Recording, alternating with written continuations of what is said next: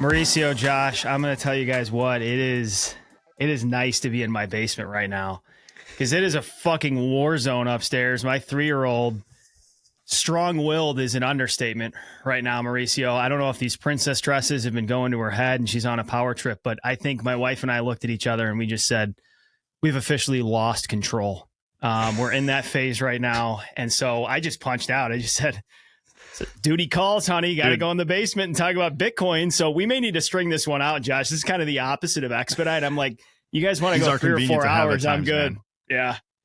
You're in the thick of it too, right, Mauricio? Yeah, my wife just had knee surgery. I've got 3 kids now, so she can't weight bear for like 6 weeks. So I've got that going on, plus 2 young kids, and just trying to keep them from drowning in the pool, and letting the house just run into disrepair because I don't have any time to clean anything up. So it's all good though. I'll join the party. I got my this is bear market right here. Yeah, my 5-year-old won't get out of a costume, which I love because I used to. What costume is it? She's Spider-Man right now. She loves Spider-Man. She actually likes superheroes more than princesses, which I love. But I was a big superhero kid.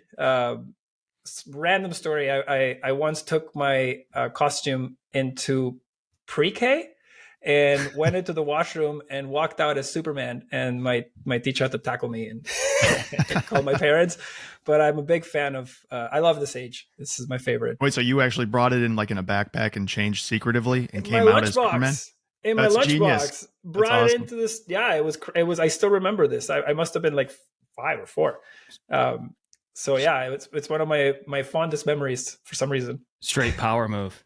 Yeah, this age 3, my oldest is 3, and she's either the most delightful, adorable thing I've ever seen in my life, or just a straight demon child. And it feels like it's escalating. Dude, there's never a middle ground for that kind of stuff either. None whatsoever. They swing wildly. Yeah. Little psychopaths, man. Mm-hmm. It's been beautiful to watch though. I bought her the Goodnight Bitcoin book. I have to remember who makes it because it's a really nice book, but they're starting to make a lot of like cool children's stuff. She has the what are Lena's little hodler. So I have her. I have a couple little hodlers for her. She's got like Goodnight Bitcoin. And basically, when I ask, what does your dad do? And she goes, my dad works at Bitcoin. So it's pretty cool. That's awesome. This is going to be an awkward parlay after talking about our 3-year-olds and 5-year-olds. I love it. Really awkward. But I was thinking about BlackRock sniffing around Bitcoin and I was trying to come up with some kind of an analogy to some time in school. And what I came up with was something like, I remember, I think it was a freshman in high school. I'm sitting like 2 desks in front of this girl that I thought was really attractive. And she's wearing a really short skirt that day. So I'm doing and employing every tactic I can think of to drop a pencil or a piece of paper or something. So I'd have to lean over, pick it up, and take a peek up her skirt. And it only took, I think, twice for her to pick up very quickly on what was going on. And I remember hearing very vividly, like she leaned over to her friend sitting next to her. She's like, he's looking directly at my skirt every time he drops something. I'm like, fuck, curtains for that possibility in the rest of the career at that high school over with. I feel like that's what BlackRock is doing right now with Bitcoin. It's just peeking up its skirt, trying to get a look, and it looks like the SEC is going to pull that skirt up and reveal. I was wondering where you were going with the analogy. I guess it fits, Mauricio. Yeah, it's just an excuse for him to tell like an underage sexcapade, I guess. That's pretty much what it was. Yeah, you nailed it. Well, you know what? Like the institutions have typically they're not ones to take risks, right? Like they take the risks at the beginning when they had to, but then once they got their regulatory capture, their business is to keep that regulatory capture. Their business is not to break out into some new technology or innovate into blah, blah, blah. Like what was the most breakthrough product that banking has launched in the last 5 years? Like name one. Yeah. Like, I mean, online banking where they Venmo. send a paper check for you, that's like the biggest innovation in banking in the last 30 years, as far as I can tell. So it's not a business where you have to necessarily innovate to stay ahead. In fact, if you look at the banks that try to innovate, like Silvergate and Signature, look at where they ended up. And we don't want to point fingers as Right. to why or how they ended up in the way they did. Maybe some of them wouldn't have had that unfortunate fate if they hadn't serviced a particular industry that there seemed to be an agenda against. But it's kind of the school of fish ideology you're describing there, where as long as you stay within the herd, if the whole herd gets slaughtered, no one can point the finger at you and say, you screwed this up. But if, you diverge out of the herd and the lion grabs you, guess what? It's over. It's curtains for you. Yeah. So yeah, they're just trying to swim within the school of fish. And if the fish move into the Bitcoin territory, it becomes a viable option. Absolutely. So what they're waiting for is, hey, I won't. They can operate in black or white, right? While something is gray, they can't touch it because the rule says you can only touch white. You can't touch black or vice versa, and you can't touch gray. So they are basically there aching for this thing to turn a particular color, so they can just pounce on this thing, right? And a lot of people that have been watching this industry have always seen this as an inevitability. It's not a matter of if, it's a matter of when. If Bitcoin does what we believe it will do, it will become the world's greatest financial instrument. And as such, the top financial entities in the world are not going to sit there with their arms crossed and watch Ledn and everyone else, balloon into what they are and sort of now nudge them out of their royal position, right? They're going to try their best to defend themselves and be able to offer these services. It's kind of like when taxi companies started launching their apps. They saw this thing rushing and they're like, oh my god, let's launch an app, guys, and we'll fight back. Generally, the way disruption works is, Marriott could list their hotel rooms on Airbnb, but people don't want to stay in a Marriott. They want to stay in an Airbnb. And so what ends up happening in the disruptor, when a particular model gets disrupted, is that the incumbents will try to adopt the model. I think of that meme, the how you do fellow kids, the meme with the backwards cap of the guy that's like 60-year-old and is dressed like in high school. It's like, how do you do fellow kids? They're all going to try to be hip and cool. And, I'm sure that NBC and ABC or whatever those at one point thought, oh, we should get into streaming. But no, they got absolutely obliterated by the streaming native companies. So it's a similar situation. To me, it's par for the course. To me, as the regulators are able to paint this industry of a particular color and stop it from being gray, they're going to come in. It's not an if, it's a when. Yeah. To speak to the portion of the audience that's not privy to these dynamics, I want to lay some base stones here for this BlackRock situation. I don't care who you are, whether you think this is a net positive or a net negative. This is a huge freaking deal. I think that it is one of the biggest developments in the conversation, as the biggest development since we entered Bitcoin in 2017. That may sound provocative, but it needs to be paid attention to. Let's just get some numbers straight here. BlackRock is the biggest asset manager in the world. They have $10 trillion under management. That is 20 times the size of Bitcoin right now. Okay. They are deeply connected within everything from a regulatory government standpoint. Whoever, they are the deepest insider you can find in finance. The third thing I want to say is they're incredibly smart. You may be a basement warrior who's too cool for these guys, but as you articulated, Mauricio, they're very intentional, they're calculated, and they traditionally make the right moves. Okay, so this is something that they've been pondering for a long period of time and decided to execute. And they clearly have reason to believe that they're moving at the right time, which makes total sense. Is someone like BlackRock going to move when the froth is most predominant? No, they're going to move in times like this when a lot of that foam has been sifted away and the base is solidified. And what they've done is they've basically created an ETF product. I mean, technically it's a trust, but they filed this S1 with the SEC, and it includes daily subscription and redemption. So it basically functions like a spot ETF. It's a huge deal. It's got negatives. It's got the fact that they actually the SEC told them to go back to the drawing board here and fix this X, Y, and Z portion of this and give it back to us. I mean, traditionally in the past, they would have just sent this back and said, this isn't happening. Take it back to just get rid of it, kick it out of here. 0, not happening. And then on the fact that 99.7% approval rate from BlackRock for an ETF filing. So, I mean, it's effectively happening, it seems. BlackRock doesn't get rejected. Okay. They've gotten rejected once in 576 attempts. And a lot of times these firms, I have to choose my words, but these firms have great influence in the actions of politicians. And so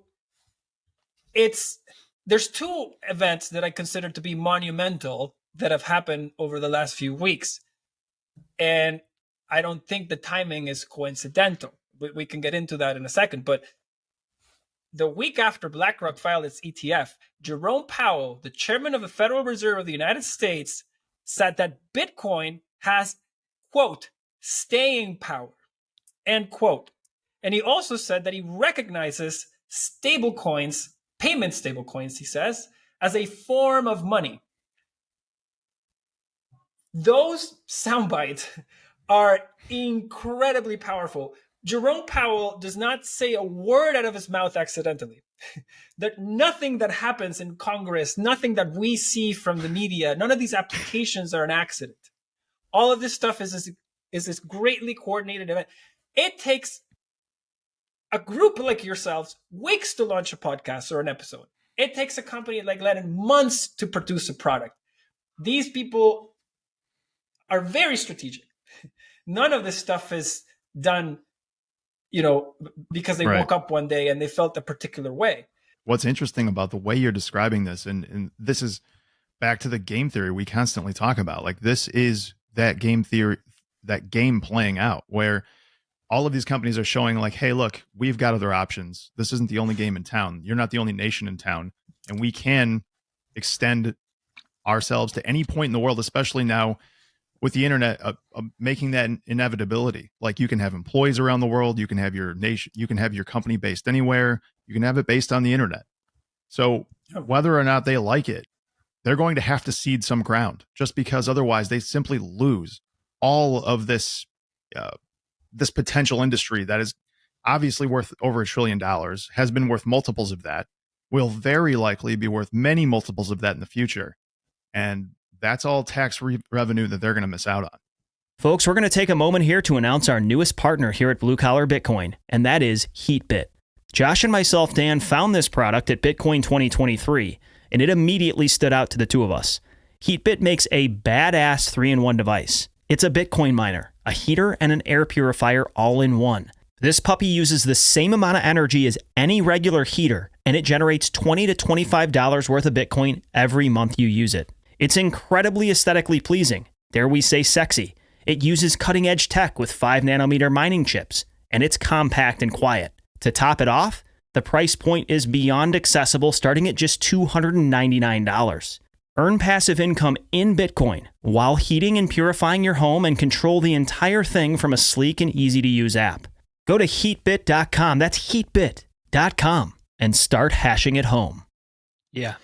Also, I wanted to just comment on Powell's very strategic choice of words, as Bernanke, as Yellen. Just imagine for a minute Biden in that position. The chaos that markets could produce if Biden got to sit in that chair and make any kind of absurd comments about God Save the Queen or any other random thing that might just cross his blank mind. It's like us pulling a patient out of a nursing home and just making him fed chair. The other thing I was going to say was just the party's real, is how I'm going to put it. The days of calling Bitcoin fake internet money, the thesis that Bitcoin is just going to go away, that is starting to sound idiotic and nonsensical. And when I say the party's happening, here's the analogy I'll draw. It's high school. There's rumored to be some crazy fucking party, but it sounds like nothing. And things are rolling downhill. The last, 5-10 years, now there's texts going around that there's beer there and there's some hot chicks there. Well, the most popular dude, the quarterback of the football team, just showed up to the freaking party. Okay. Yeah. And so to call this, you can call it a fake party, but there's 320 people there. The house is getting ruined. The music is blaring. The cops have been called. It's happening. It's a party. Yeah. Okay. BlackRock's there. They may be an asshole. Maybe the quarterback's a total dick. I don't know, but he's at the party and it needs to be paid attention to because it's making a lot of noise on the block. But to me, when he looks up somebody's skirt, they don't say no. they don't say no, man. But here's where I want to flip though. And we need to spend some time on this because we need to be real. I do think that this is very bullish for price, and maybe we can enumerate why. But what are some of the downsides you guys see of this? Because I can think of several. Jesse Myers wrote a great piece that came out a couple weeks ago on this, highlighting some of the negatives, which I may bring up. But what are your first thoughts, gentlemen, just on the cons of a Bitcoin ETF through BlackRock?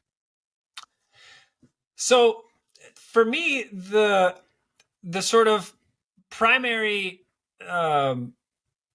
counter or negative outcome is that it converts Bitcoin in that ETF format. It converts Bitcoin into purely a financial asset for financial gain. It removes a lot of its freedom attributes. And by that, I mean the uncensorability of it, the 24/7 transaction openness of it, your ability to pay with it, your ability to potentially, I already said this, but basically transferring it to anyone else at any time, not having to go through an intermediary for making a transaction, not having to wait through, 9 to 5, Monday to Friday, market close at 4, Bitcoin never sleeps. That's the whole point. TikTok next block, right? A lot of that is lost when you put Bitcoin in this wrapper. However, you have to understand who this wrapper is being built for. A great deal of the wealth in North America and a lot of the sort of global north are in retirement protected vehicles and instruments. Yeah. These are instruments that for the 99% of the population, yes, there is a way that you can self-custody your Bitcoin, but it is incredibly complex for the average person. Yes, and it is. Scares the pants off a lot of people. A lot of people. Like, you would be surprised. We talk about it lightly because we're industry experts, even though we may not want to refer to each other as such, but we are. And so it's the equivalent of you telling a car mechanic, oh yeah, just change the tires. It's like, oh, of course, I'll just go change the tires. But tell somebody on the street to go change a set of tires. You got to call CAA. Oh my God. It's a problem. So this wrapper, this BlackRock ETF, is basically going to be the vehicle for the people that don't value those attributes that I just mentioned, right? But they know that the rest of the world does. So for them, they're like, how do I get on this train? I know this thing is going to get bought up. I know that this is digital gold. I know everybody's printing money left, right, and center. Yep. It's math, like Greg Foss says. So we just need one more product that our investors want that isn't dollars to hedge against those dollars. And if everybody, every day they're getting calls being like, when Bitcoin ETF, when Bitcoin product, when Bitcoin product. Oh, I'm going to 3IQ. Oh, I'm going to so-and-so. Oh, I'm going to the European ETPs. Eventually, BlackRock was just like, guys, how are we letting these random people around the world, take our fees? Like, please, Gary, or, please, so-and-so, let's get this sorted. Right. And probably went something like that, and maybe not directly, but that's kind of how I'm seeing it. It's like, I'm sure their thought was, when we go after this industry, the world's going to turn their back on them and we're going to show them who's boss. And they went and tried to be mean guy. Meanwhile, everyone around them was like, oh my God, you're actually doing that? No, guys, come over. Don't worry about it. And then when they saw that, they were like, oh crap, I guess we kind of want hundreds of millions of dollars of investment and thousands of jobs. Maybe that's not such a bad idea if we could just not be lazy enough to write the rules, because that's really all that these industry participants are asking for is tell us how to comply.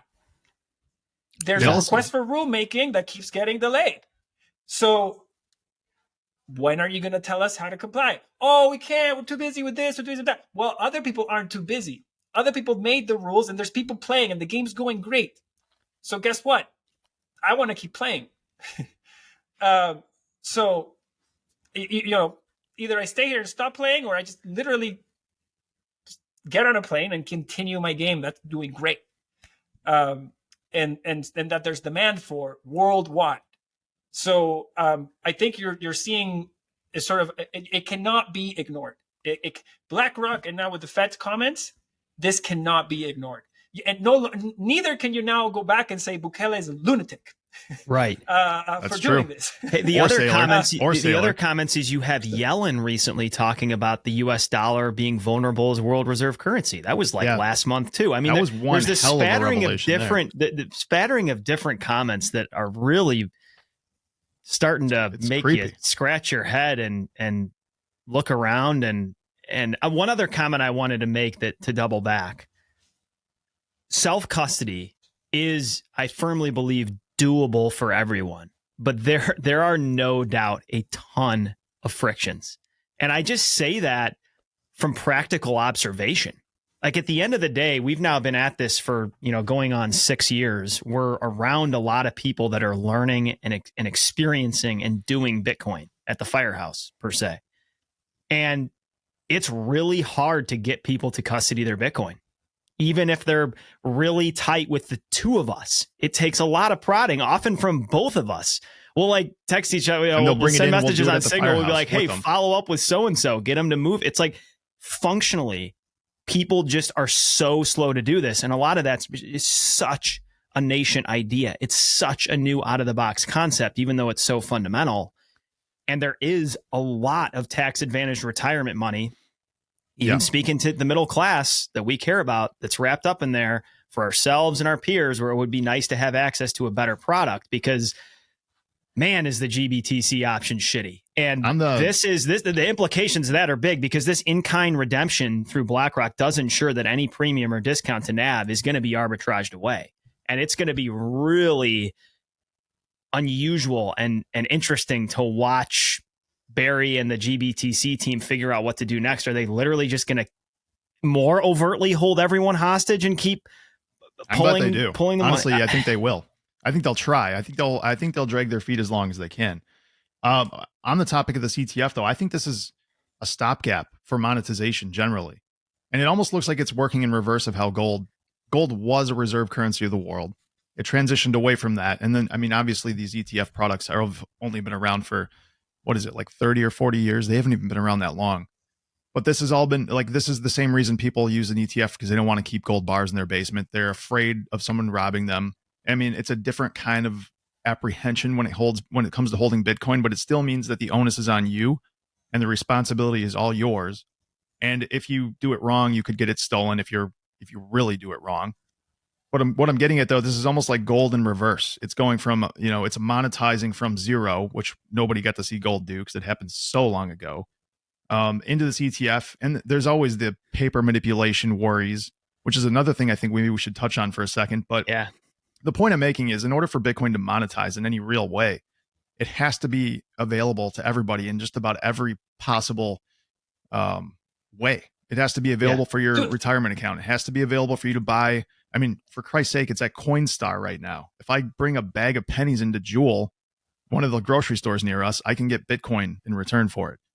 Its tentacles are building into everything. I see Bitcoin ATMs all the time. I feel like they've proliferated more than in the last couple of years than anything else. But this is really just the next stopgap for monetization, which is everyone's got to have to want to own it first. And then whether it takes 5 years, 10 years, or 30 years for this fiat experiment to finally blow up, having some ability to own it in whatever way possible, you can get some of that back. And then that's when the final implementation of monetization will inevitably happen. But the downside, again, back to like, is this is paper Bitcoin effectively? Do they have to show proof of reserves? Do they have to show their balance sheet in order to show that, like, yeah, we actually have 100,000 Bitcoin, which is equal to the liabilities that we have from all of our customers?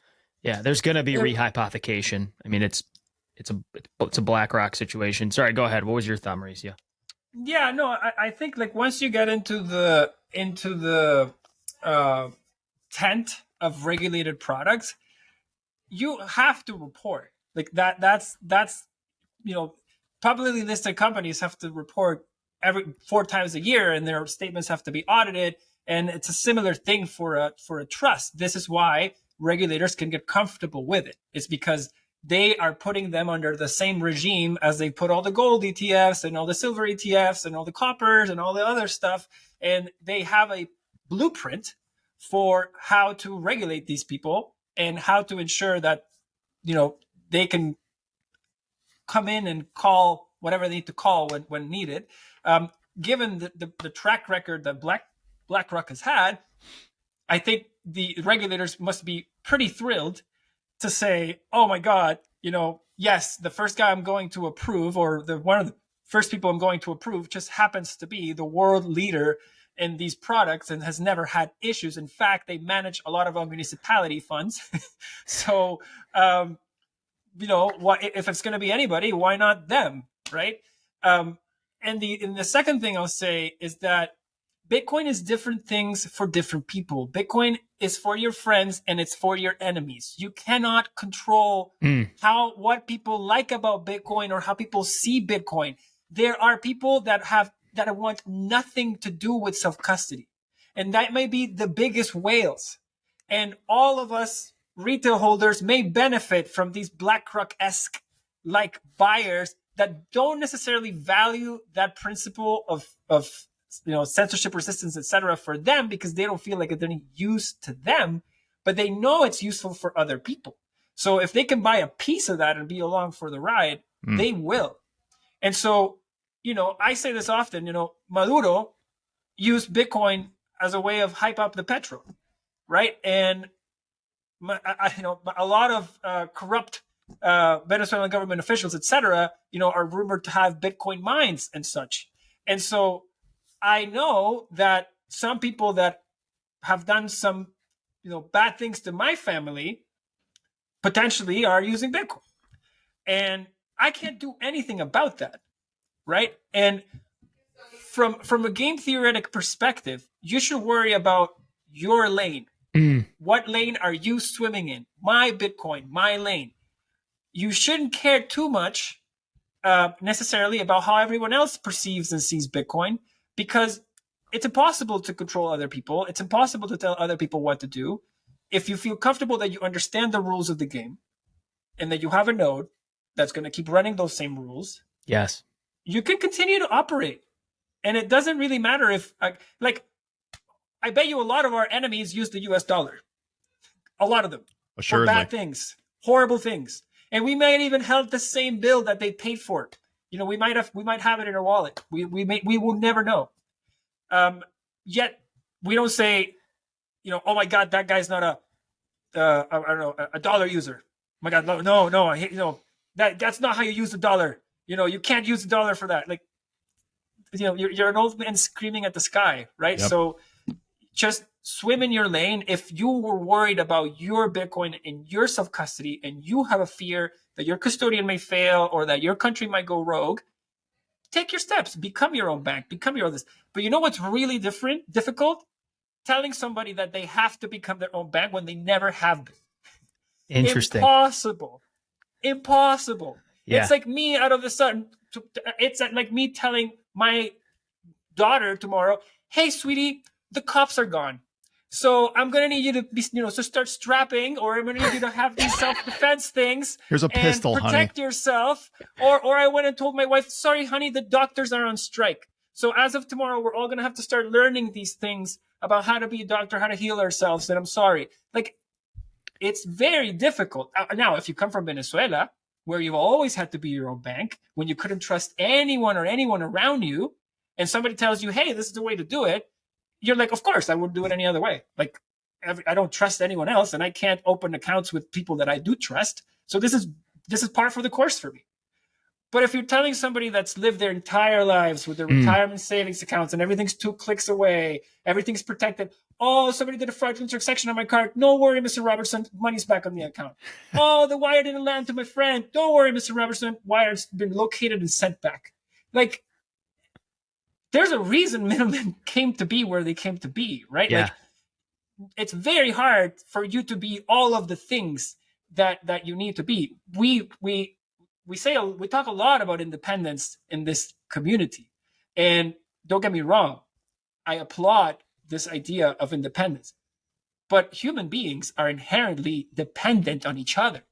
Yeah. Like, we are not even independent until we're 18, 15. We have balls of dependency upstairs, all 3 of us. So you can't say that we are these glorious independent beings from day one. We depend on our families. We depend on our friends. We depend on the people that we work with. We depend on a lot of things happening so that we can have our own freedom. So I just, sometimes I think that gets missed. Wow. That's a great point. And I think we're going to double back to that for sure. I think in part of the second half of the episode, we want to talk about responsible banking and responsible digital asset intermediaries. Before we transition, I want to make a couple closing comments about the BlackRock deal. There are downsides. We've articulated some of them, like even the in-kind redemptions that are going to be allowed. It's for select investors. As of right now, it's written in as whole coins only. So it's for the big players, these redemptions. There's the concern overarchingly of just there's going to be a lot of money flowing into a vehicle where self-custody and sovereignty isn't at play. But man, do I resonate with what you said, because a lot of self-custody is the fact that you can, not necessarily the fact that you do. And what's so powerful about Bitcoin is no matter how big it gets, no matter how strongly institutions step in, you have the ability to hold the bearer asset. I think it's also worth mentioning that a BlackRock Bitcoin ETF is far less concerning than, say, an Ethereum BlackRock ETF. And that is because of a deep conviction and understanding, or at least we think, of the key importance of proof of work. That being that the holders of the asset do not inherently make the rules. Okay. And this is where I would say Bitcoin has go fuck yourself technology. We saw this in 2017, where the people that run the nodes, the globally distributed community of actual users that are very slow to update and change their mind, have the ability to tell big money to go fuck itself. And yes, BlackRock, if they have a huge ETF along with other institutional players, they will be a powerful voice in, say, a hard fork scenario. But if they want to come in with they want to up the supply cap, they want to go to some ESG form of Bitcoin, the rest of the network, as it continues to blossom and grow and spread, has the ability to say, go fuck yourself. Where that could get weird is actually for the holders of the ETF. Let's say that BlackRock picked Bitcoin Cash back in 2017. The people with Bitcoin Cash in that scenario, with the money kind of trapped in that system, would be screwed. But for someone that's self-custodying Bitcoin, I don't care how much money flows in at this date and time. I don't see the protocol. I don't see a consensus rule changing. And that is going to be very, very foreign and unprecedented for these massive players as this asset matures, for them to realize it's in many ways out of their control. And this is the beauty of an open source, globally distributed proof of work protocol. You can step in at one date and time, think you have your hands around one, at some phase or some year, but this thing has the ability to scale and layer and change and morph. And that's why we call it almost every week a slippery hog, right, Josh? That's a really interesting question you brought up, though. There must be some language in there that outlines what happens with a fork. Like, what do we do? There is. It says that they're not guaranteed to pick the longest chain or the winning chain, and that's in the risk disclosures. Like, it's stated, and it's actually been flagged by some people on Twitter. But what I'll say back to that is, like, it all comes back to self-interest. Like, if you're the BlackRock manager and you're watching this play out, and you're like, okay, no, we're gonna do Bitcoin Cash because we believe strongly that it's Bitcoin Cash. And you already saw what happened in 2017. You how gotta many be people careful. how many people are gonna own any BlackRock product after that? Because if I'm a Right. big size guy and I'm using BlackRock for all of my stuff, then all of a sudden I see a massive blunder on the Bitcoin ETF like that where it wipes my position. I'm like, I'm gonna go to the manager that picked the long chain because all the guys are the correct Bitcoin. At least none of my crypto stuff is gonna stay with this BlackRock. Yeah. You would think group, at the bare minimum, they're out for lunch. They'd have to sit on that for a long enough period of time to be very confident in whichever they go with, you know? Right. There's no way they could make that decision right off the bat. At least not. Yeah, or the way TradFi does it all the time. They'll hedge all their options. They'll keep the airdrops. They'll hold them in. They'll paper some instrument and some agreement that you have to click on. And then, if it goes up, they win and you lose. If it goes down, they win and you lose. And, somehow you always have that, like, there are ways, financially speaking, to structure a product. If what's happening is you're getting an airdrop and you don't want to just market sell that thing, at the end of the day, you can always go back to the disclosures, right? Like, hey, we said that we may not pick the winning chain. We are sorry. We'll try to make you whole. We'll try to make you happy in some form. But I think, again, it's going to go back to game theory. Nobody wants to be the guy running the Bitcoin Cash ETF, right? Like, and so that people are going to look at themselves in that mirror. And trust me, BlackRock's not going to be alone running a Bitcoin ETF. Yeah. Well, there's rumor Fidelity's coming. There's rumor Fidelity's coming right behind them with, what do they have? 4 trillion under management? I thought it was 7, but something like that. And then there will be the sort of all sorts of flavors of ETX. You have like 3x inverse S&P 500 or 2x. Like, there's going to be a plethora and a gamut of these funds. And these firms are all bidding for that, right? Like, they're all bidding to become the de facto fund or the de facto company for a particular industry. And so they have a big vested interest in that their investors do well, even if they don't want the underlying asset to do well for any particular reason. They're going to come at odds because they need their investors to do well. If the investors don't do well, that reflects poorly on them there, and that hurts their business. And so they're in the business of appeasing investors, and investors want Bitcoin. Don't get it confused. Yeah. You stop giving them Bitcoin, they're going to stop caring about you. Well, last statement here, there's a lot of money that appears to be coming. We don't know on what timeline, but let's just say hypothetically BlackRock is able to enter, which it seems that they will at some point. I mean, Fidelity's already in the game, but they come in with you're talking tens of trillions potentially. If you even go 0.25%, 0.5% of those assets under management at the margin, what could happen to the price of Bitcoin is significant. And that will also drive a lot of the game theory that we've highlighted. As price goes up, a lot of things just start happening, which we've seen for the last 14 years. Well, interesting that you say that, because one of the predictions I made back in 2023, at the beginning of 2023, was that we were going to see more corporate treasuries announce Bitcoin purchases, and that we were going to see more, potentially one central bank announce a Bitcoin purchase. And 6 months into the year, we haven't really seen that, right? Like we saw Michael Saylor went out and bought more, but that's Michael Saylor. We know he's going to buy more, right? But we saw Tesla didn't sell more, but that was Tesla. They already had it. We haven't seen any net new announcements of purchases. And granted, right now interest rates are high, so all those corporate treasuries can go to the Fed and get a nice return. And there's no real sort of fear of devaluation in the same way that we had in the past, because you're getting, again, 5% at the Fed.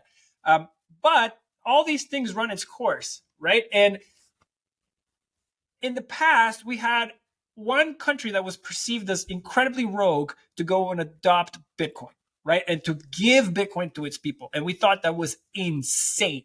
Like the IMF, everybody was chastising, they rained on the guy. And now, within the span of 2 years, you have the chairman of the Federal Reserve say Bitcoin has staying power.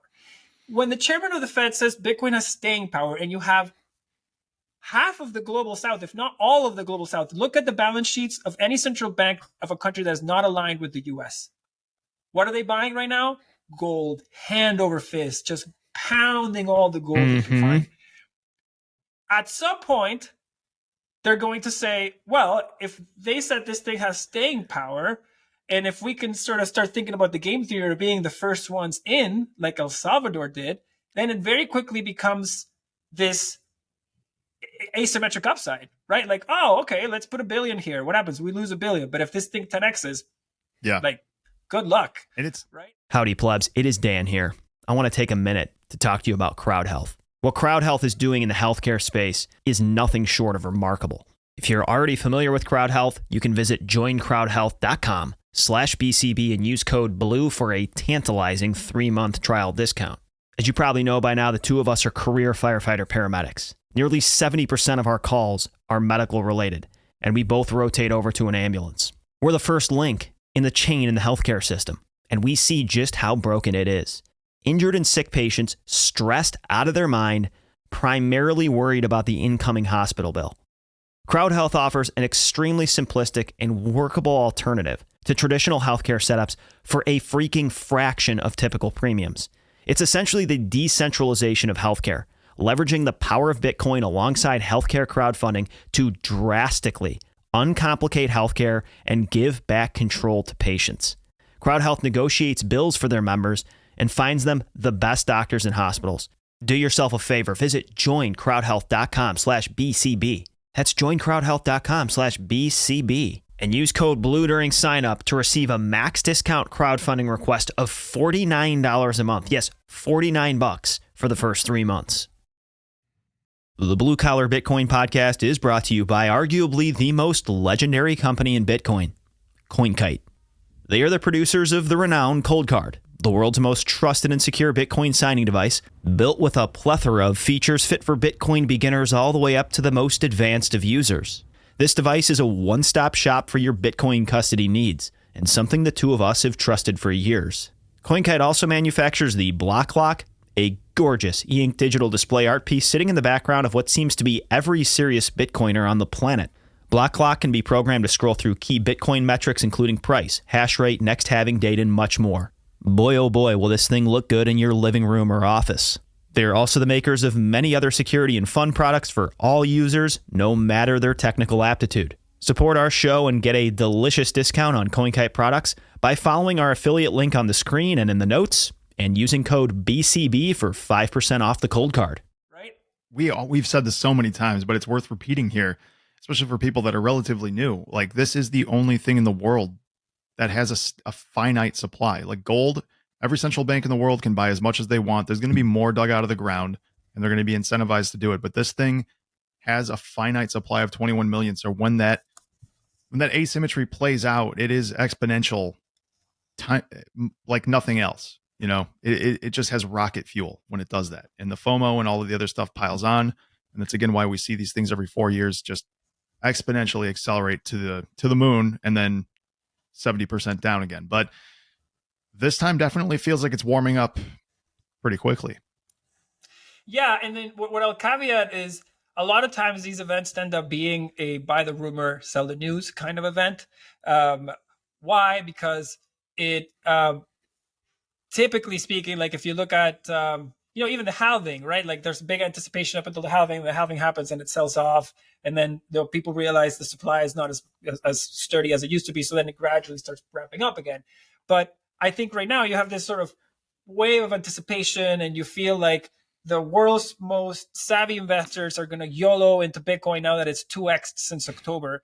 And I don't know that that's the case necessarily. You know, I think that they're going to get this product and they're going to say, well, I'm not going to buy retail bags. So maybe they wait it out, but they have an allocation. They have it, they know that when it gets to X price, or what this is going to do is going to create immense support to the downside, in my humble opinion. Like when the BlackRock ETF is approved, like I do think that was the last time we saw Bitcoin at 20K. Like we won't see it back at 20K. So every time these things happen, I don't look so much at the potential upside, because I know that's infinite and I can kind of play with the mind forever. I look at higher lows, higher lows, higher lows. Like where's the base of the buyer of last resort, right? How many buyers? Every time the pie grows, there are more buyers of last resort. There are more people that go out and say, oh, snap, the next COVID event we get, the next 20 to 30% down move in the market. I know exactly how Bitcoin performed right after. I know the playbook of the central banks. I know exactly how precious metals and crypto responds. So guess what? I have my limit order ready, or you're doing sort of structured products. So we launched a product called dual cryptocurrency notes, which are not available in the US or Canada, but to any other client, you can have your dollars that you want to use. So say you want to buy Bitcoin at 25K and you say, I'm be a happy buyer at the end of this month. Well, you put in a contract. You basically say, if Bitcoin is at 28K or lower at the end of this month, my dollars will be converted into Bitcoin. I will get Bitcoin. But in the meantime, you're always getting an outsized return. Like right now, we're paying, depending on the strikes and the prices and the terms, but you can get annualized rates of the 18 to 20% as you do this. So because you're working with derivatives markets in the back end. But basically, all I'm trying to say is like, once this product exists, they already know how to make money in all sorts of markets for Bitcoin. If they have a target to buy it at this price, they'll use a strategy that yields the maximum amount until that price is reached. And so it basically becomes an important tool in your strategy. And once that strategy is in place, you just have a base, right? Because you know that if you're not buying today, you're going to buy later on at this particular price. But what it does every time you get more buyers in is that it moves this base, right? Yeah. Yep. And so I like thinking about it more in that way than, I have people ask me like, Mao, what's your price target for Bitcoin in the next 12 months? And I'm like, I don't know, but I'm pretty sure if this thing gets approved, we're not going to see it back at 25 ever again. How long do you think what do you think the time frame is on this getting approved or not approved? So they have 3 windows. I think the first window for approval is August 17th for BlackRock itself. However, I know ARK is ahead of BlackRock on the list. And one person I follow very closely, which I recommend everyone else do, especially when it comes to ETFs, is Eric Balchunas. He's the Bloomberg ETF specialist. He actually put out a tweet earlier today, and he said that apparently, it's a rumor, it's unconfirmed, but apparently the SEC has asked all the Bitcoin spot applicants to meet with it next week. And I'm not sure if this is confirmed or not, or if this will happen. Eric said it himself. I'm disclosing that this is a rumor. Mm-hmm. He agrees that they need to talk. I'm unclear as to what it would be. I think the SEC is now basically feeling way too much pressure that these things have to get approved. And now everybody's piling on because they're seeing, BlackRock's going to get approved. And now I think they're saying, okay, well, hold on. Like now there's Fidelity, and now there's all these sort of big names that are showing up expecting an approval.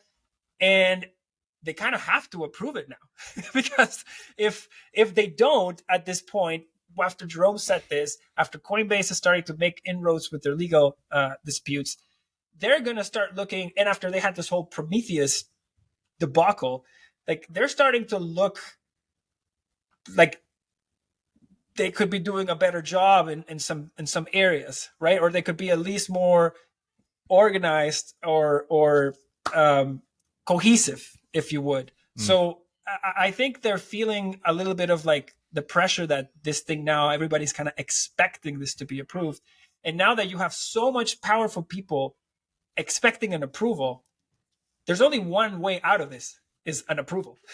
Yeah. Like you don't want to put that 2 in the BlackRock record, like 575 and 2, like, that's not going to look great. Especially that's not in this help, environment. That's not going to help Gensler's chances of getting a job at BlackRock after his SEC tour. You're right. Or funding the next campaign, election years next year. Yeah. I will say someone else that I pay a ton of attention to with this stuff is Joe Carlasare, and he is more pessimistic. He has been saying, I think I saw a tweet where he has it maybe in the 30% likelihood that this gets approved within the year, and he swims in these waters. He talks about this. We'll link this in the show notes. He went on with Preston and American Hodl a couple weeks ago and sort of enumerated some of his concerns. For me, with limited research and full understanding, I would say, like anything, timeline unknown, but the trend seems obvious. So I would caution, don't fall into some trap. And you were saying this, I think, before we click record, of thinking that like tomorrow this thing's just going to go to the moon because of the BlackRock ETF. A lot of times markets move in opposite directions of news, and I wouldn't make trades or conclusions right now, but it seems likely this will get approved in the future. And then you think about the buckets of capital that have come in and what could come in and all the things we've talked about for the last 50 minutes. You extrapolate the long-term implications, and it is bullish for valuation for sure. DCA as always. I had, I like I was telling you at the beginning of the show, I get very skeptical whenever everybody is pointing in one direction and sure that this is going to happen or that's going to happen. And so I would argue that even if the ETFs got approved tomorrow, you could probably see a correction before you see an increase, because everybody has bought in on the expectation that this thing's going to get approved. Yeah. And so once the news hits, everybody's expecting, the floodgates of the ETF to open on day one and hit, but that's not how it's likely going to go down. And so I would caution people that whenever something is talked about as a given, even though I have said that there's a very good chance that the BlackRock ETF gets approved, if you look at my portfolio, that's not how I'm positioned, right? Like, I have to stay nimble and make sure that regardless of the outcome, we're going to be okay. If you YOLO into, oh my God, this thing's going to 2X, like, you can get in trouble, right? So I'm usually very skeptical of when people expect a particular event to profit from it. It never happens. Like, when you're looking around and look at the market, everybody was thinking it's like, oh my God, we're going to crash. Well, guess what happens when everybody has hedged and has puts on all of their positions? Nobody sells. What happens when nobody sells? Things don't go down. Like, the people that move markets are the unprepared people and the overextended people on the margins, right? Like, the reason we're not seeing a foreclosure wave like we saw in 2008 in the United States is because people learned from 2008 and they locked up 30-year mortgages at zero when the Fed gave its incentives. And so no one's going to go out now and refinance at 5. Yeah. That's ludicrous. And so it's not, when everybody is expecting the housing market to collapse, oh my God, interest rates are surely going to collapse the housing market. Well, look under the hood. Everybody locked them up for 30 years at 1%, or at least a great chunk of people did. So markets learn, and the outcome is going to be very different. If you look at the volatility index, the VIX on the S&P 500, after COVID, it remained elevated until the first half of this year. Just last week, it went down to pre-pandemic levels now. So right now, what investors have done is, like, COVID came, everybody did this, they put their guards up and they were getting banged from all places. Then markets started rallying and people slowly were being like, oh, okay. And then they started lowering their guard. And right now everybody's like, oh, I guess we're going up. And when we're going up and you don't have protection and you're just looking in one direction, that's typically when some of the big guys are like, okay, this is our time. This is our shot. And go place your market sell orders. Nobody's hedged, forced liquidations, and the market starts moving down. But right now, I'm starting to see people look up and up and up, and I'm starting to say, okay, in the same way that at the beginning of the year, everybody was like, oh my God, when are we hitting zero? When are the markets going to evaporate? Everybody bought puts, everybody got hedged. What'd the market do? 30% rally. Like, it's going to go in the direction that people aren't expecting it to go. Because if you're expecting it to go, by definition, it's not getting there because you're already hedged. It's that unpredictability factor that Taleb, even though he's kind of a douche, he talks about in the Black Swan quite a bit, which is when the market recognizes a pattern. And I was going to talk about this in the context of Bitcoin as well. Like, we've all recognized the 4-year pattern. We've all seen it do this 4 times now, where it has these exponential peaks and then it blows up and comes back down 75% or so. We all think this is definitely going to happen again. But he talks a lot about in that book how when these patterns are recognized on a whole by enough participants, they cancel themselves out effectively because everyone expects a certain outcome. They all bet on in the same direction as you're enumerating there. And then it just doesn't happen because there's not enough people at the margin. So that's an interesting way to think about it. What I like about the BlackRock ETF, again, not to bring this back and make this whole show about the BlackRock ETF, but that's exactly who's coming in. It's people on the margins. It's people that haven't been able to buy Bitcoin today. This isn't like Coinbase launching in a new country or Ledn opening up a service to a new place. This is a group of people that has the largest pool of capital of retirement vehicle capital in the planet. And this type of capital has not been able to access Bitcoin and has been aching to access Bitcoin. They've had to do it through some exotic European ETPs or some Canadian, exchange traded funds, but they don't really feel that great doing that. They would much prefer to do it through BlackRock or Fidelity. So if you're giving them the tool, this is going to be, the first thing is it's going to eat up flows from all these international ETFs, bring this back to the global financial center, which is the US. But it's also going to get net new people into Bitcoin. Like it's an inevitability. And these are people that wouldn't have gone and bought it at an ATM, wouldn't have gone and bought it at a Coinbase. Right. And that's people from the margins. That's people that the guys that are here, we're not selling. Right. None of those dudes are going to take my Bitcoin. They're going to take someone else's Bitcoin. And when you have a group of people that have been hardened so much by what's happened, like when I used to tell people, I wrote a blog about 3 weeks ago that talked about, like, if you were going to panic sell your Bitcoin, you probably did it when Terra and Luna collapsed, or you probably did it when Celsius and BlackRock collapsed, or you probably did it when some of the 16th largest bank in the United States collapsed and Silvergate and Signature collapsed. But if you haven't sold your Bitcoin, or when the SEC came after Coinbase or Binance, yeah, if you haven't sold your Bitcoin now, like, there are very few things on this planet that can get you to sell that Bitcoin. Right. The other point we haven't made yet, which I think is important, is that moves like this are going to destigmatize this asset considerably. I was just on a weekend trip in Wisconsin with a bunch of my college buddies. And it's funny because we're in this space all the time. We're thinking Bitcoin all the time, but interacting with new people, as we all do often, you realize people still think that this is totally empty here and that there's nothing here. And then there's just a giant correlation between broader crypto and Bitcoin. And it can be kind of shocking. I have to click back in and be like, okay, I get it. They're coming from a different lens. They have a different perspective. I have different experiences. But when people see this in their Fidelity 401k fund offerings in the year 2027, which is hypothetical, it's gonna be a big impetus to destigmatize the asset class in general.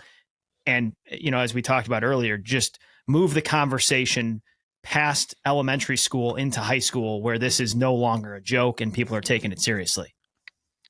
Yeah, I mean, I forget who said this, but like number go up is the best marketing technology. Yep. Number go up, market itself. We love that meme. We so many of my friends, and I've been trying to like orange pill all of my friends for the freedom and self-custody and do this and own your own money.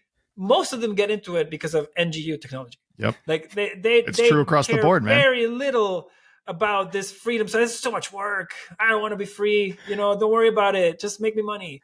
And a lot of people get into it and then they discover, oh, I can make money and be sovereign. I can make money and not have to ask an intermediary for my transactions and travel around the world and spend freely as I want to. And then they go down the rabbit hole. But NGU, like, it's the best introduction that anyone could have, because it makes you feel like there's that other people are doing something and they're doing very well for doing so, and you feel that you want to do very well, and damn, why can't you do what they do? And so it creates this forced FOMO trigger that makes you want to learn about it. Especially when you see people which is something that still holds true today. The people in this industry are brilliant. Like, open up any podcast, any guest, and listen to a conversation. And I'm yet to find a person that like intentfully listens to a conversation between two intellectually honest Bitcoiners and walks out being like, oh, these guys are fringe, or oh, these guys are this. Like, these are very educated conversations. Yes. And so, part of the work that you guys are doing. One last thing I want to say: we are so far from where we need to be as humans understanding money. Like, I had a conversation last week with somebody in Canada who to this day, in the year of our Lord 2023, thinks the Canadian dollar is backed by gold. Tons of people here think that too. I'm like, I didn't even know how to respond. I'm like, basically my response was, did you know Canada's only G7 nation with 0 gold reserves? Like, Yeah. literally 0. Like there is no gold backing anything in Canada. But still people have these It's ideas. such a meme that has been so driven into people's heads, and I don't think it's I think it's purposeful. Obviously, like it gives people like this, oh, there's this thing out there that's very valuable that it backs all of our money, and it makes you feel warm and fuzzy at night. But the other thing I was to chime in on that theme, when you interact with someone that's in that headspace, Mauricio, and the three of us know nothing about all sorts of topics, so we'd be on the other side of the conversation in a different domain. But when that is your language and somebody's that far behind, it's almost incapacitating for me. Like when someone says something like that, you're sitting there going, fuck, I need like an hour minimum to actually bring this person up to speed. And I just don't have that time. I just don't have that energy.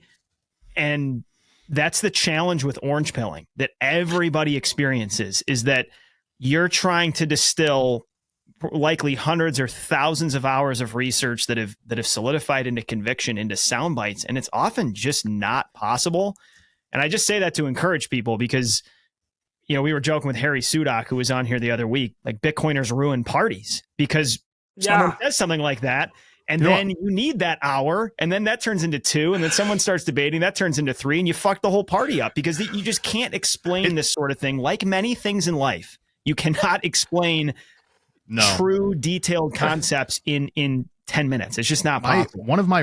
So yesterday, my kids are in a 4th of July parade because they're both, one's on a t-ball, one's on a softball team. So I'm in the parade with them because my kids are young, have to be in the parade with them. I'm wearing that 100K Bitcoin magazine hat. So one of the other dads, we're walking together. He's like, "Hey, what does that hat mean?" And I was like, "Oh, it's a Bitcoin hat. It means it's going to go to 100K." And he was like, I expected to get like the scoffing laugh, like, "Huh, this guy's an idiot." But he was like, "Oh yeah," he's like, I've heard that's a good hedge for a portfolio, like 3 to 4%. And I was like, "Yeah, that's a good way to look at it." We like talked about it for like the half-hour walk. And by the end of that walk, we had like 3 or 4 other dads that all had like, they didn't dismiss it. They all had like a pretty solid understanding, at least the basis of like what it is, and had at least an inclination of like, this is a good hedge position for a portfolio. But never met these guys. When you're us though, Mauricio, it's hilarious. So it was pretty cool. When you're at a parade or a party and someone hears a fireman saying this shit, they're like, they turn and run the other direction. I'm not saying Josh and I are experts, but very few people would know that we have lifelong passions in economics, and we spend 20 hours a week researching finance, because the headliner for guys like us is we're firemen. So in a lot of ways, we would strike people as the bellwether to turn and tuck tail and go the other direction.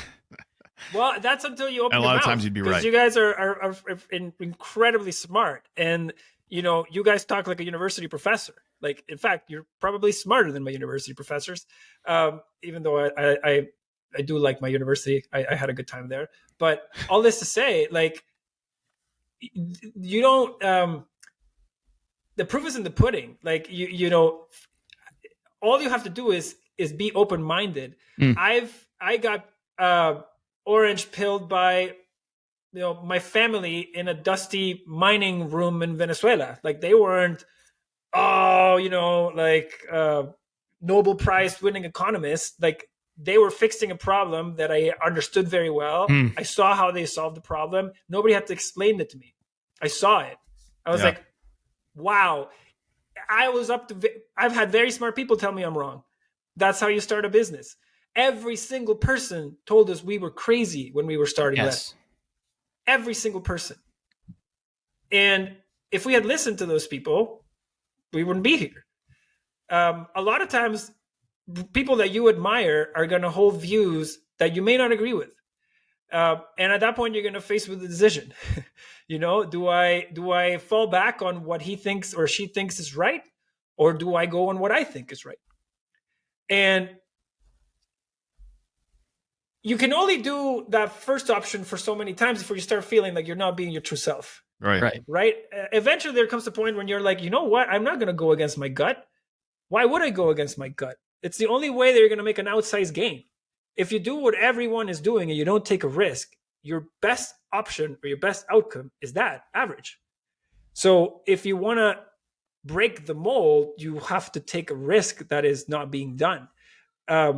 So obviously you have to do this with intention and conviction. Like I knew after what Bitcoin did that it was going to be the reserve asset. Like it had to be the reserve asset. And if anything is a reserve asset, you have to be able to borrow against it. To me, it was just a matter of time. And so that was the strategy the whole time with Ledn is no one's going to want to sell this thing. Why would you? Let me keep it. Give me the liquidity I need. Don't hit me on my upside from buying it and selling it and all the tax complications from doing so. And that was exactly what we went to market with. And of course, when we launched the product, Bitcoin was in a bear market. Everybody was still laughing at us. Hey, why would I borrow? I could just sell today and buy back for lower tomorrow. Hey, why would I borrow? And it wasn't until things bottomed and started going up, then everybody was like, oh my God, I can't believe I sold my Bitcoin. And then they're like, what do I have to do to not sell it? There's these guys that lend against it. Oh my God, I want to check them out. This is brilliant. And it's pretty simple at the end of the day. Like you might have to go against some people you think are smart, 100%. But hey, that's the beauty in it. Man, yeah, there is no half pregnant Bitcoin. Like to steal a Groman, he loves to talk about pregnancy when he talks about assets. But I do view Bitcoin's outcome, as you articulated, as quite binary. It's either going to be insanely valuable or it's not going to work. And when you envision insanely valuable Bitcoin that is some sort of front-running asset or global reserve currency or reserve asset, even in moderate capacity, as you said, there's going to be lending and borrowing. There's going to be banking. There's going to be intermediaries. And that just needs to be done correctly. It feels like we're in that learning phase. You're at the very front lines of this battle, figuring out what works, what doesn't, what's a good idea, what's a bad idea. I want to unleash this for you to go on whatever sort of monologue you want. And that's just about the Ledn journey, your journey over the last couple of years to start. And then maybe let's parlay into sort of you articulating how you think this needs to be done responsibly, because we have seen a tremendous amount of fraud and irresponsibility of digital asset intermediaries, and that needs to change. And hopefully the free market can settle on good participants like you folks. Take that wherever you want, Mauricio. Man, thank you for that setup, Dan. I mean, where to start? This journey has been hard. It's hard to put into words. I am very truly living a dream of having had the opportunity to build this company and help the people we do. Because that's the other thing. One VC told me this once when we were trying to raise way back. He said, it's not often that you see a group of people or a company that can make money and actually feel good about what they sell at night or feel good about everything they do and the services they provide. And I think you guys have something really, really special here. Because not only do we love the fact that we're a high growth company and we get to hire people and hire the best in class and have the resources to do all the things we want, but the products that we sell, I talk to people from where I'm from almost daily. I talk to people from Venezuela. I talk to people from Colombia. I talk to people from Argentina, people that are going through some other stuff that I went through. And I went through all that stuff without these tools.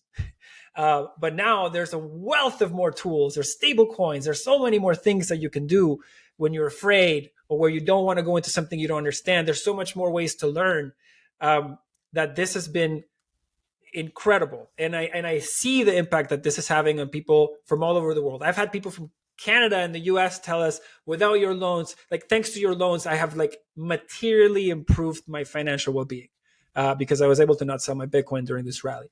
And I just want to say thank you. And that is incredible. Of course, I'll say we offer a lending product. There are risks in lending products.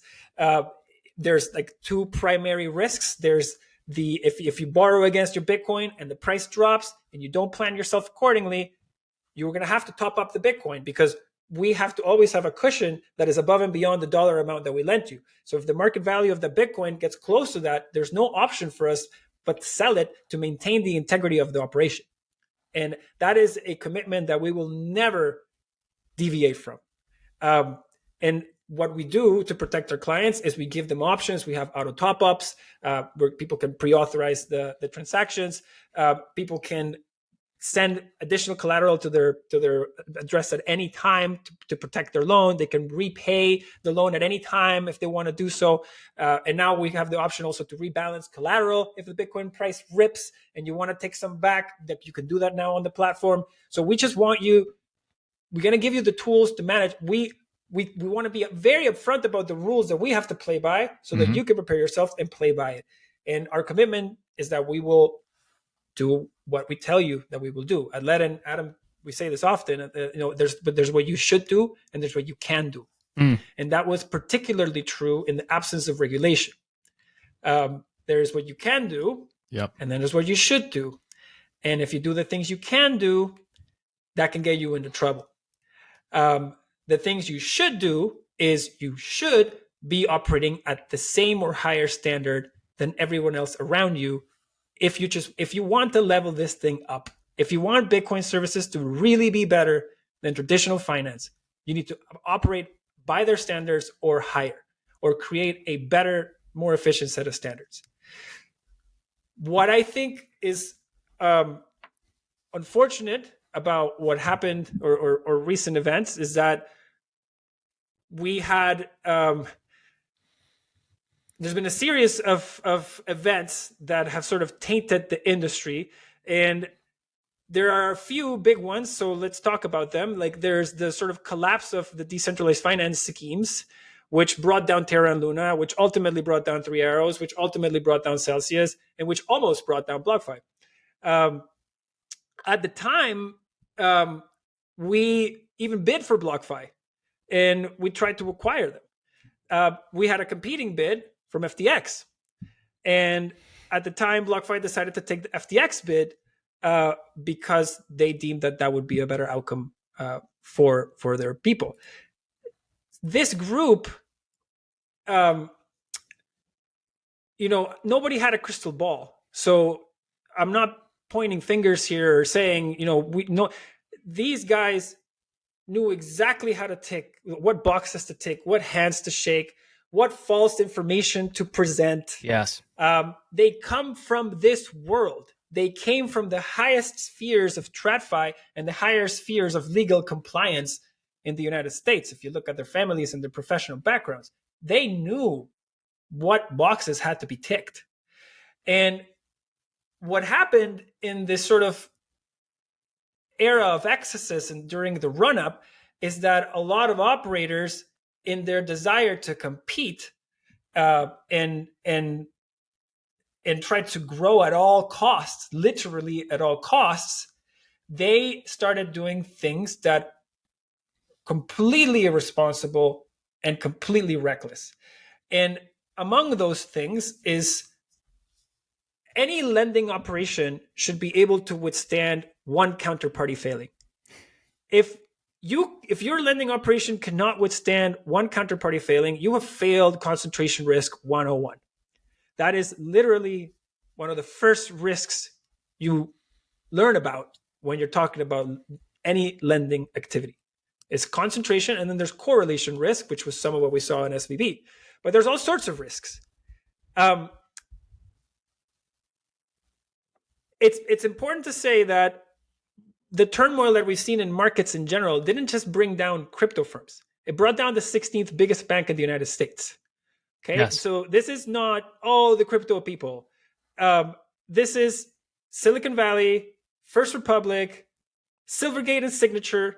So if you want to just talk outside of crypto for a second, these were adults, fully regulated adults. Right.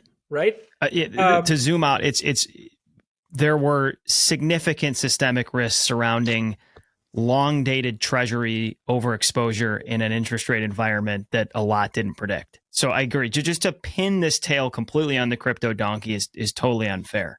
Start9 operating system is a full-fledged, cutting-edge Linux operating system. Its functionality and adaptability make it an excellent choice for the users who value simplicity, efficiency, and privacy. Running a Bitcoin node? Start9 is your go-to solution. Setting up a node has never been so easy. With a Start9 server, backups are more than just an afterthought. At the push of a button, create encrypted backups, ensuring your data stays safe and sound out of the reach of big tech companies. Start9's commitment to security goes even further. StartOS is encrypted for all LAN communications. This ensures your passwords and assets are always protected. The StartOS marketplace of apps includes everything from Lightning to secure messaging apps to secure password management. If you care to be sovereign in the digital age, running a StartOS server is a must. And the best part? You can download and set up StartOS on any machine, or you can purchase a plug-and-play Start9 server directly from Start9.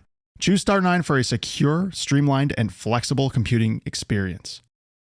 When Dan and I are at the firehouse and we have finally delivered the orange pill to a new plebe, we recommend Swan for their first Bitcoin purchase, always. Swan has the user interface absolutely nailed. We have seen people go from no-coiners to Bitcoiners in under a minute. It's just that easy. The problem with sending friends and family to other exchanges is exposing them to all kinds of BS.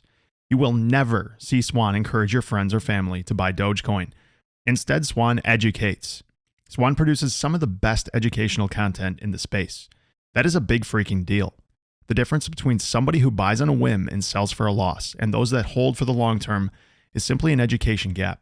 We have been using Swan to dollar cost average into Bitcoin every single day since 2020. If you want a family member to turn into a Bitcoiner, there is no better place to go than Swan. For daily DCA, IRA, or education, Swan is the place to go. You can try Swan Premium on us for free. This includes exclusive Swan content, market insights, and other discounts. Click on our link in the show notes and use password BlueCollarBitcoin. Completely unfair. This is not a crypto related or crypto related. No, it's not a crypto specific event.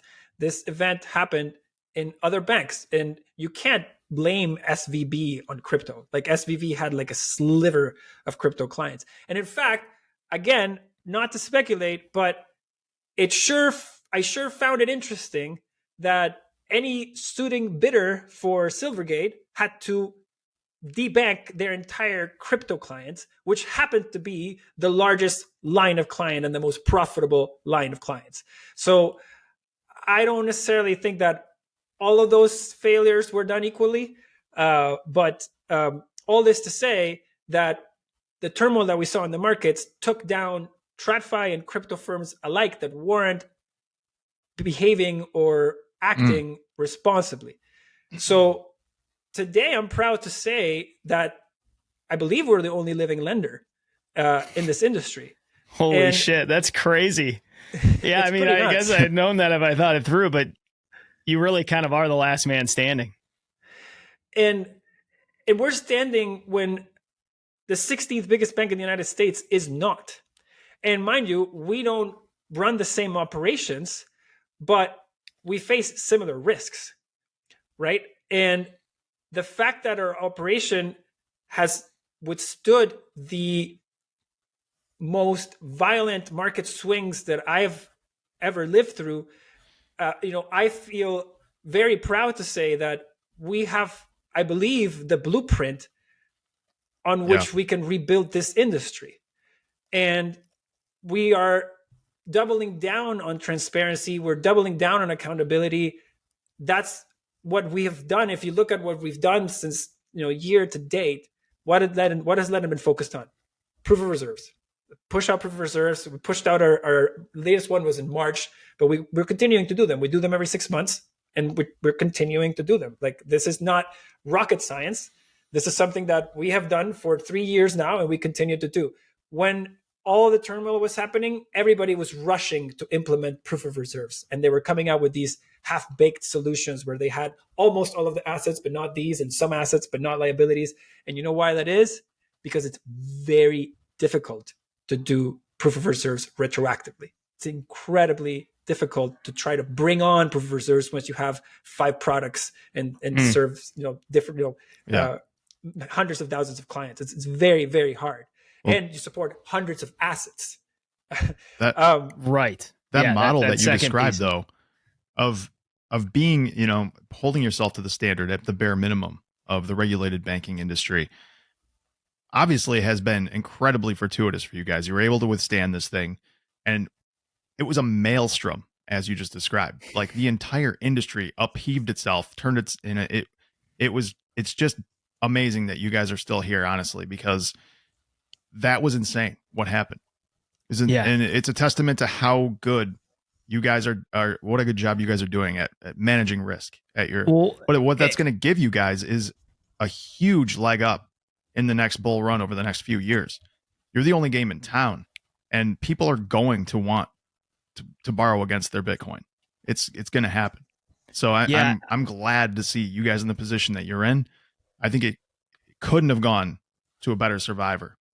Yeah, I mean, I appreciate it. Really and to follow up, Josh, with a couple comments, I think not only internally with what you described, but also just externally in terms of what products people are signing up for. The first time you came on this show, we kind of went at you. Like we asked some difficult questions. We probed, and you guys have been committed to risk transparency.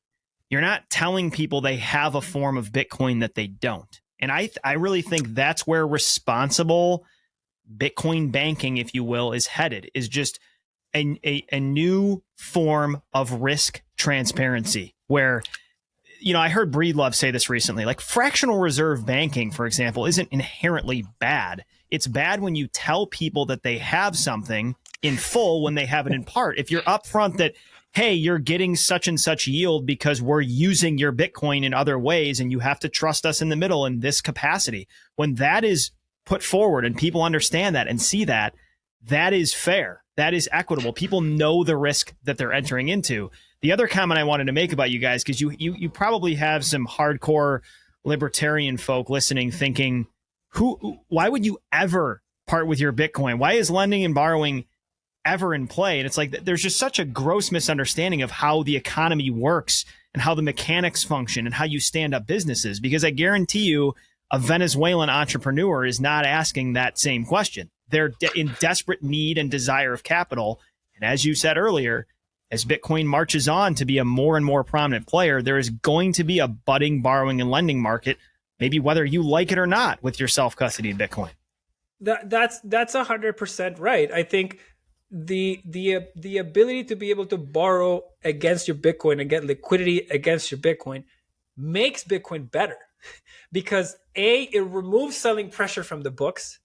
It keeps a Bitcoin wealthier. A Bitcoiner is able to maintain more of their wealth because they don't have to deal with the tax implications of a sale or a repurchase. So it is an incredibly useful instrument in every other reserve asset. Find me one reserve asset that you don't take a loan against. Find me one. You won't. Yeah. Because it's where people hold most of their funds or most of their wealth. And you know that it has a function that it cannot be printed. So in the time that you sell it and you try to buy it back and you try to time the market, guess what? People that are old enough and have tried to do this enough times, they're like, you know what? I'm better off borrowing. And, you know, yes, there's a risk, but there's also the risk that I can sell it and I can't buy it back. Or there's a risk that I can sell it and I got robbed with the proceeds. Like there are a plethora of risks. And I think to your point, Dan, like one of the biggest issues was that a lot of these firms were saying that these products were not risky, that these products were, in some cases, there was a firm, they're no longer here, of course, but they even said that their dollar or their stablecoin accounts were FDIC insured. And you know that's a lie. And the best I could do during the run-up was to tell my clients that were referencing this was, you know, that's not like, that cannot be true. Like there are no banks offering these services, therefore there cannot be FDIC. So just make sure you're asking the right questions. So at Ledn, we're almost too upfront with the risks because we want people to have a good experience. We want people to act and behave accordingly or prepare accordingly. What we don't want is somebody here that all of a sudden is learning things that about their product halfway down the road. That's not, in our view, responsible. Yeah. Bitcoin is just such a tremendously low time preference game. It really is. It's like in most of the rest of finance, particularly in insanely low interest rates environments, it's been growth first at all costs, survival second. And Bitcoin calls that bluff and says, no, it's survival first and growth second, because you can start and flare out very quickly if you fuck around with something that's this transparent and accountable and fixed. And so I guess I caution anyone in any project, lower that time preference, man, extend that time horizon and play the long game. Because if you're playing short, your chances of winning are very, very low. No, 100%. Like if you're somebody that is starting their Bitcoin journey, or you want to start something in the industry, or you want to start, it's not going to be, you're not going to have people cheering you on the back the whole time, being like, you go, man, you're doing it, keep doing it. Likely the opposite is going to happen. You're going to be questioned, and people are going to doubt you, and people are going to say you're insane. Why are you giving up all these opportunities to go focus on this? Like, you will be questioned. And by the way, if that's not happening, you're kind of late. Because you're not really going to make the impact that you think you are, because everybody's being like, yeah, go to iBanking, become an investment banker. Like, there is no massive outsized payday other than a really sweet paycheck perhaps. But if you want to have an impact in Bitcoin, you're going to have to do this and know and understand that people may not understand why you're so passionate or why you want to do this. And you also have to understand that Bitcoin may not pay you back in the same way or form. It may take years for you to get the benefits of all the work that you're doing. Like, I mined and I did well, but there were a lot of hard times for years before Ledn. And the first few years of Ledn, it was very hard to get people to understand why our product worked, and VCs to want to fund us because they wanted to see more traction. And it was constantly like people saying, do people really want to borrow against the Bitcoin? Who will want to do this? And we just had to go on and explain our reasons and explain the whys. And sure enough, things turned around. Bitcoin started going up. The product made evident sense for everyone around. And it became a thing where, oh my God, these guys are brilliant. Overnight, man, I joked with Adam that what was fascinating about that whole process was that in 2019, I was going on podcasts and trying to get people to understand Bitcoin, understand why borrowing against your Bitcoin may be a good idea if you need it. After the pandemic, I was going on podcasts and telling people why Bitcoin is good and why they should borrow against it. Before the pandemic, everybody thought we were lunatics. After the pandemic, I was saying the same things and people thought we were geniuses. And what I do day in and day out didn't change. What changed was the way people perceived us. And that comes with, you can't control that. You just have to put in the love and put in the hours. And if the collective project that you're working on has the impact that it will have, you will get the recognition for all the work that you did. If you want it, you can always stay anonymous. But when you contribute real value, you get value back.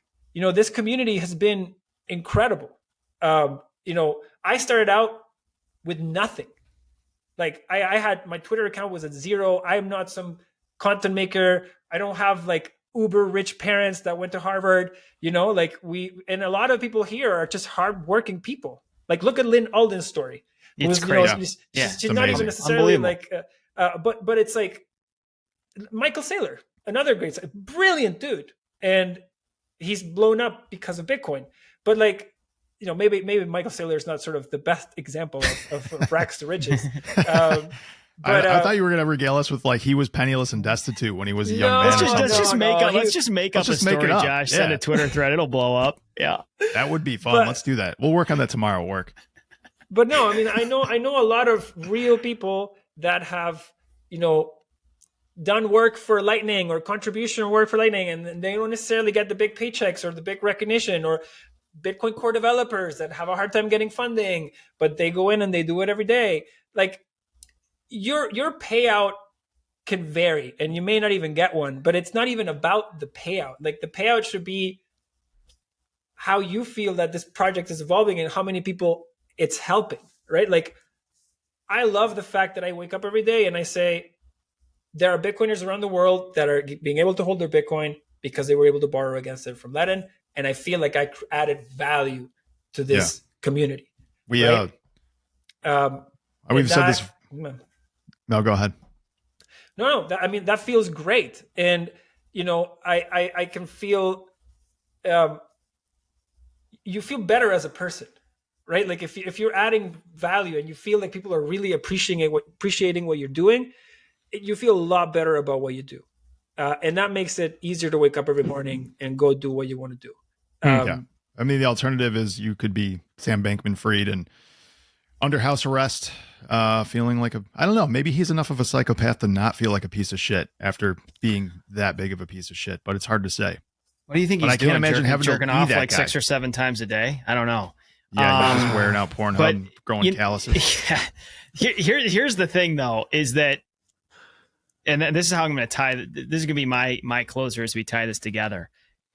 You don't even have to be making that much money right now for this to be impactful. And this is why I think we're so passionate about barking about this asset at this date and time. And it's poignant, especially with the BlackRocks of the world stepping in here, is that this little guy opportunity could be partially fading. I mean, I think Bitcoin will always be a great place to preserve buying power. But in terms of multiplying it in a way that could change your life trajectory, that ship will sail eventually. And we don't know quite when that will be, but you can still be. We firmly believe that you can still be a career firefighter paramedic with decently responsible cash flow, stacking sats, and that could change your life. We're still in that window. 100%. Like, let me give you an example. There's a lot of generational wealth here in Canada today. You know how that generational wealth was made? Some dude immigrated here 40 years ago and decided to put down a down payment on a piece of property in a place called Toronto. And he just decided to not sell it. Yeah. That man's family for 2 generations has their future secured because they bought a house in the right place at the right time. Yeah. And they didn't sell it. They didn't do anything to it. They didn't knock it down. They didn't build a building. No, that thing went from $100K to $2.7 million. And your mortgage was $50K. Like maybe you borrowed a little bit against it, but like it's still generational wealth. Right. It will dwarf, like, let me give you another stat that's like really sad. A house in Toronto, an average house in Toronto or Vancouver, an empty house appreciates more in value during a year than the combined incomes of the 2 people living in that house over the same year. So your petty cash is your salary. Your salary you should consider as almost a wash on your expenses. To build wealth through your salary, you have to funnel some of that into an asset periodically. Yes. Because it's the assets that are going to do the growth while you're sleeping. You don't control when BlackRock files an ETF.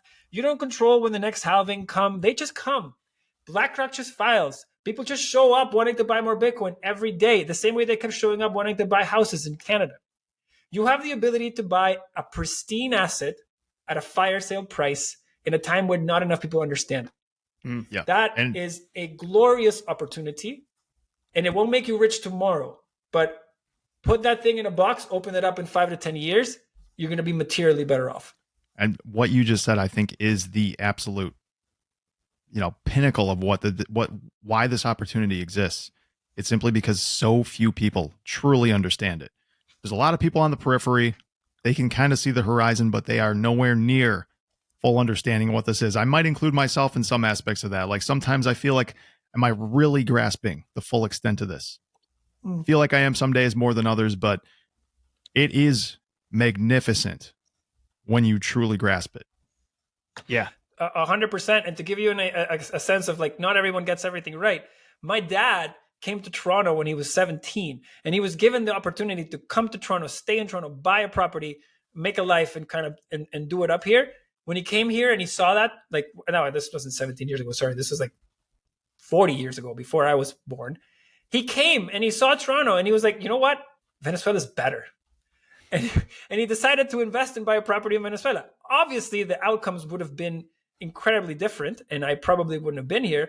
But it's like all this to say is not everybody's going to get it right. Not everybody's going to see it and have a chance to understand it. In fact, I would argue that there are people out there that won't even be lucky enough to learn about Bitcoin until it's on a headline that says Bitcoin reached 100K. Yeah. And then they're going to be like, oh man, but they probably had benefits in other ways.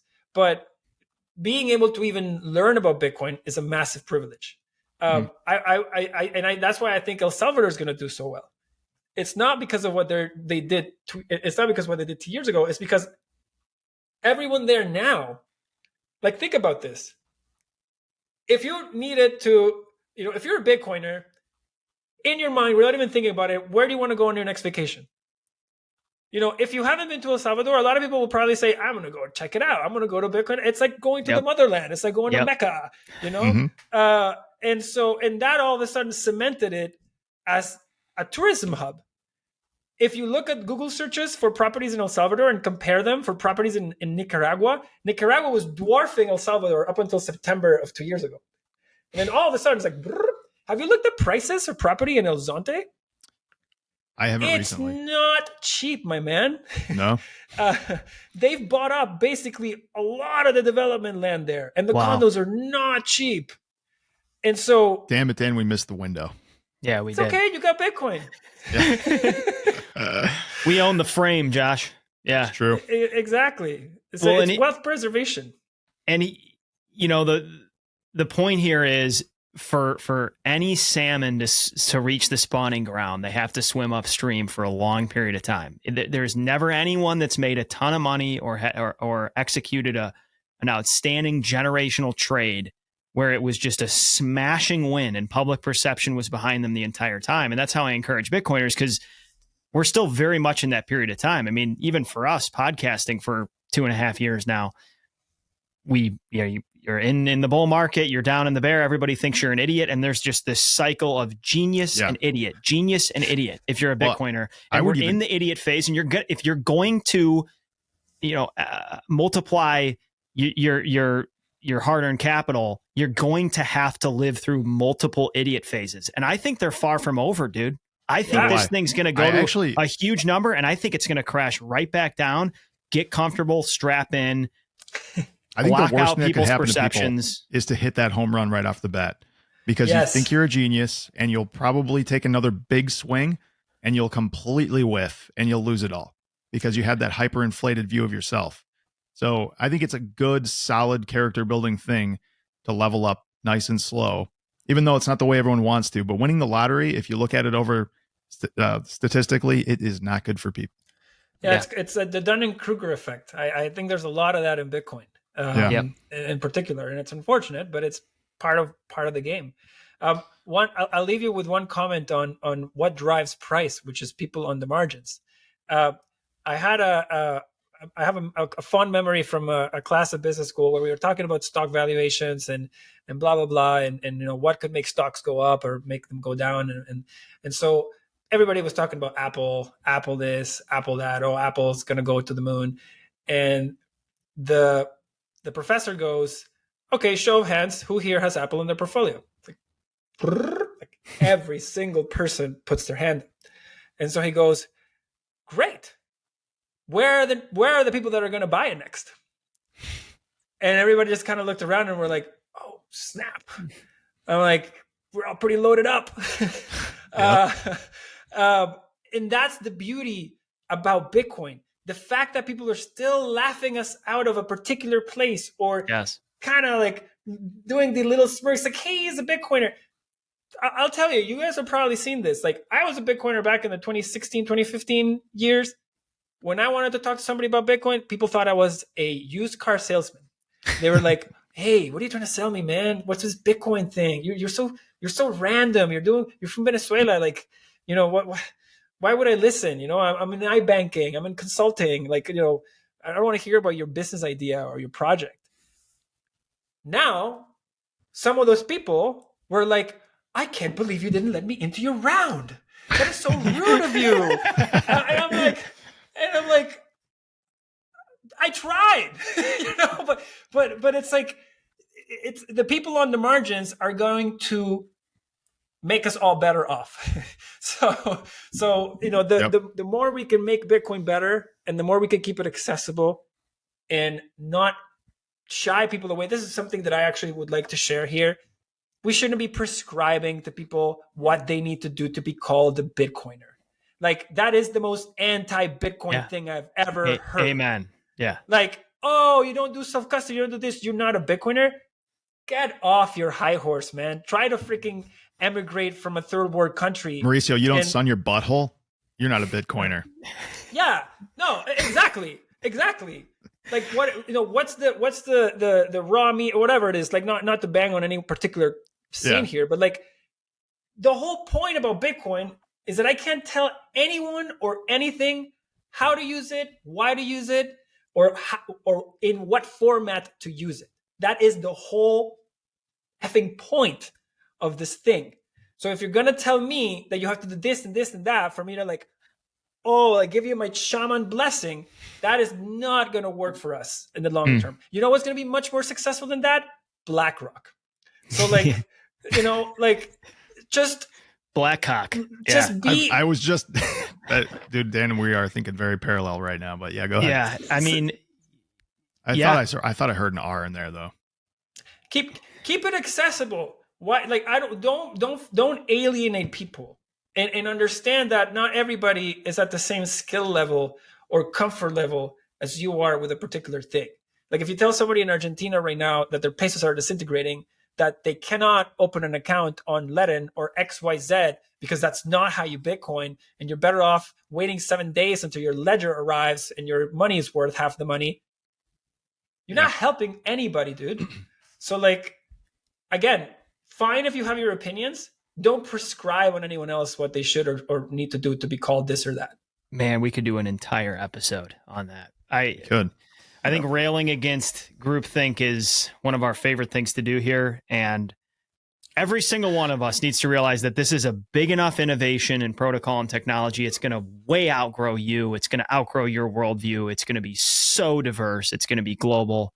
And it's not going to perform and behave exactly how you want it to. It's out of your control. Let the hog roam. And keep politics out of it, because I'm tired of hearing about that shit. So let's just not even talk about it. But seriously, no seed oils, though. I'm just kidding. Gentlemen, Mauricio, we could talk to you for another 2 hours. We can't, because I am about to both piss my pants and shit my pants at the same time in this seat. I don't believe you. We'll keep you another 5 minutes. That was an awesome conversation. We appreciate you. Give the audience a handoff to yourself, Ledn, anything else you want. Oh, man. First off, thanks to you guys. You guys have been amazing. Thanks for doing what you do, and for giving us a chance to come on and share our story with people. Ledn, you can find us at ledn.io, at Hodl with Ledn on socials. You can find me at Cryptonomista on Twitter. At Cryptonomist with an A at the end. And I write the weekly newsletter for Ledn. If you want to sign up for that, you can do that at blog.ledn.io. And we're always open if you have any questions. Awesome. Thanks, Mauricio. See you soon, guys. Likewise. I'm